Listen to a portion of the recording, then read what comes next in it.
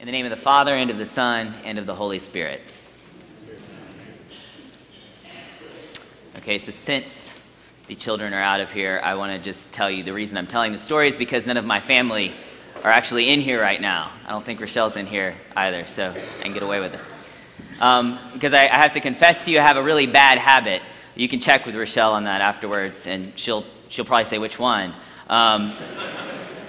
But I've got a really bad habit, and it's been especially bad recently as the earth seems to have realized finally that it's supposed to be cold at this time of year, which is that we've been wearing more jackets around our house. I'm sure you have too. And so my bad habit is this, that I tend, when I get home and have a jacket on, that I just sort of take it off and then fling it on the nearest surface that looks appropriate. My wife would say there aren't any appropriate surfaces downstairs to fling it on, but that's where it winds up. So the other day, I'm sitting at the table at dinner, and my 6-year-old is looking around very thoughtfully, and I say, what are you thinking about? And he said, Daddy, I just noticed you have a jacket on every chair at this table.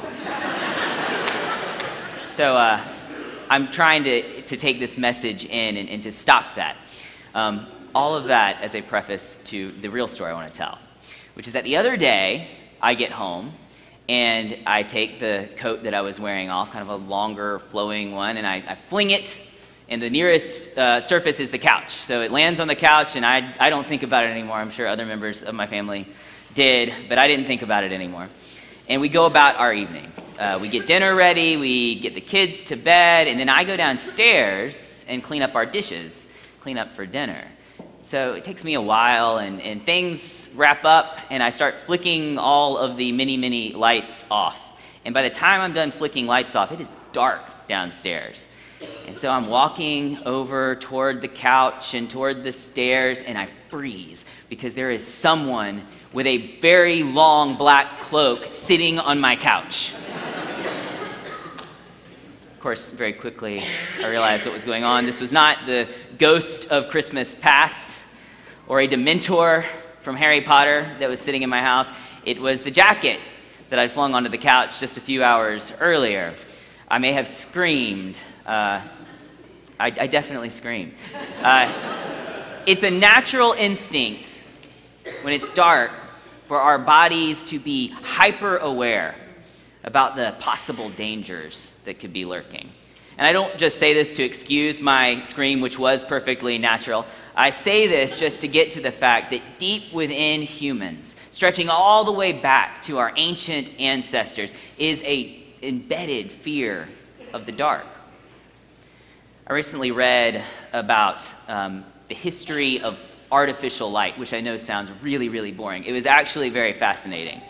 And basically the story was this, that 4,000 years ago, it took a day's wages for the average person to get 10 minutes of artificial light from some small candle. It was a disgusting process to produce the candle, too. So that was 4,000 years ago. Today, that same average day's wages can get you about 20,000 hours of artificial light. So we have been working hard on this over the years, and we have been getting good at producing artificial light.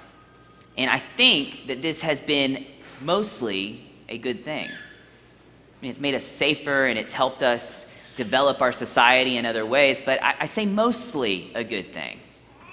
Because I think we risk losing something when we try constantly to shut off the darkness every time it's there with a flick of a switch. I mean, think about those ancient ancestors who spent so much of their nights in the dark. It was in that dark that they were able to look up to the skies and to see in the stars stories in the constellations.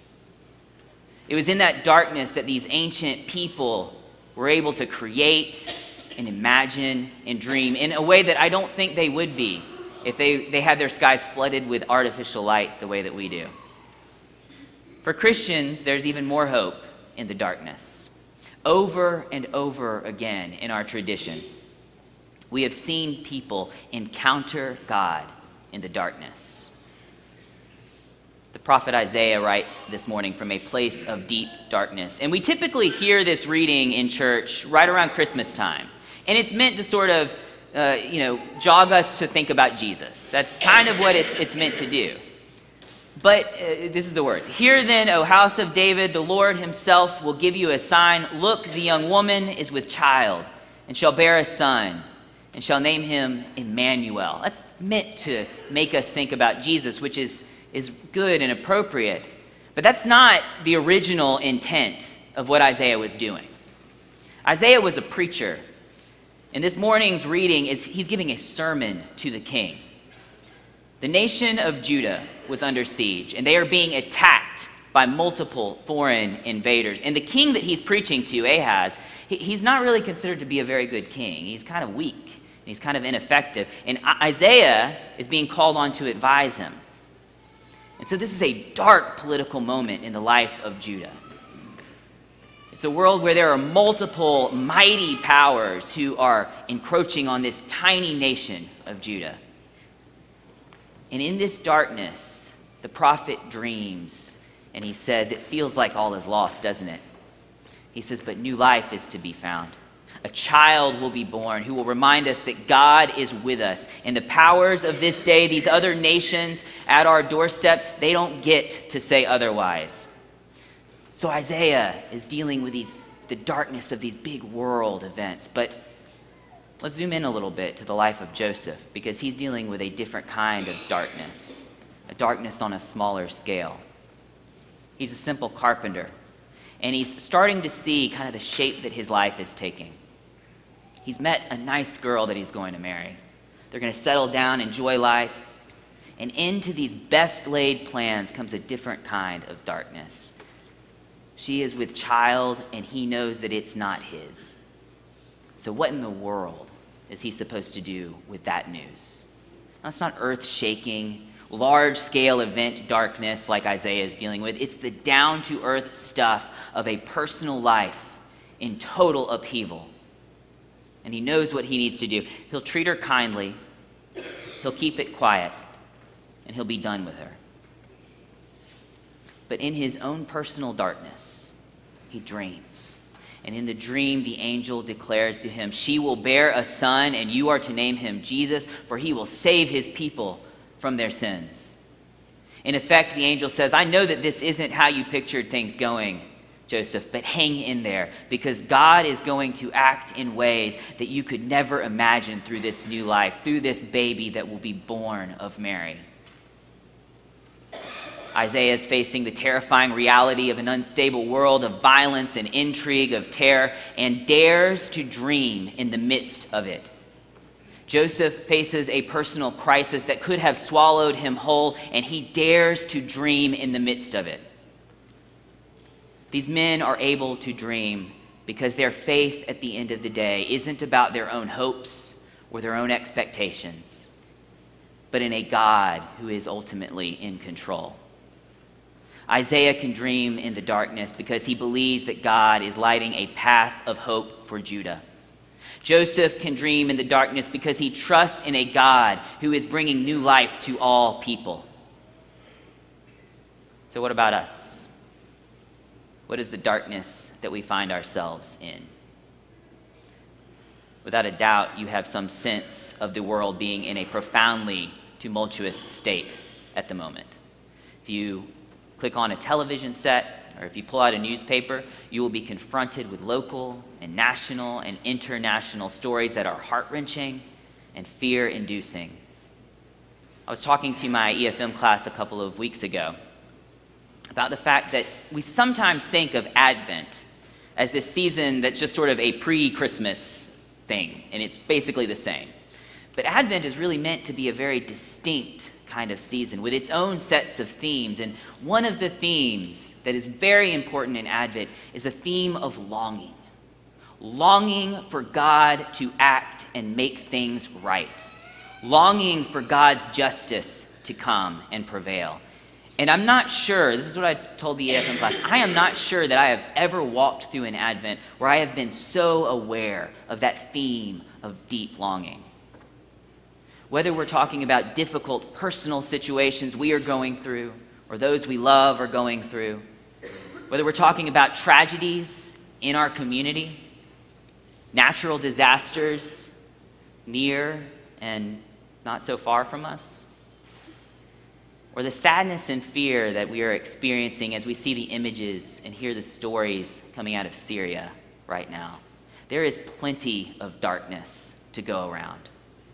So what can we do with that darkness? We could flick on some kind of artificial light. Our culture is really good. Our world is really good at finding ways for us to be distracted from the things that we might need to be thinking about, to avoid looking at these difficult and dark realities.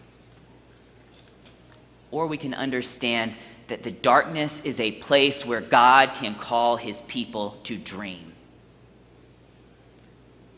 When my son or daughter comes to get me late at night because they've had a nightmare and they're scared of the dark, when they come to get me, I don't tell them that they're being silly. I don't tell them that there's nothing to be afraid of. I don't tell them to get over it. Now, maybe there's some truth in all of those things, but I don't actually think saying any of that is going to help them.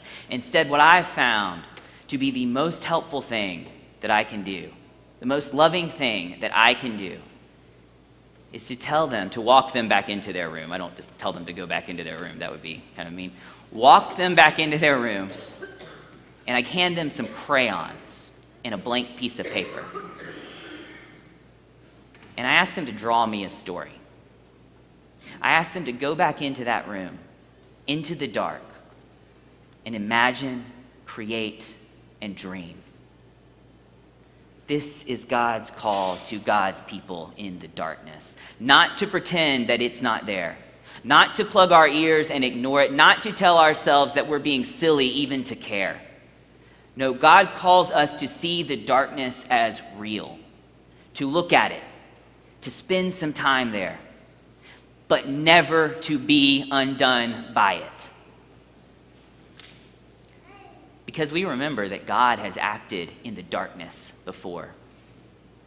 God has brought new life where we couldn't imagine it happening.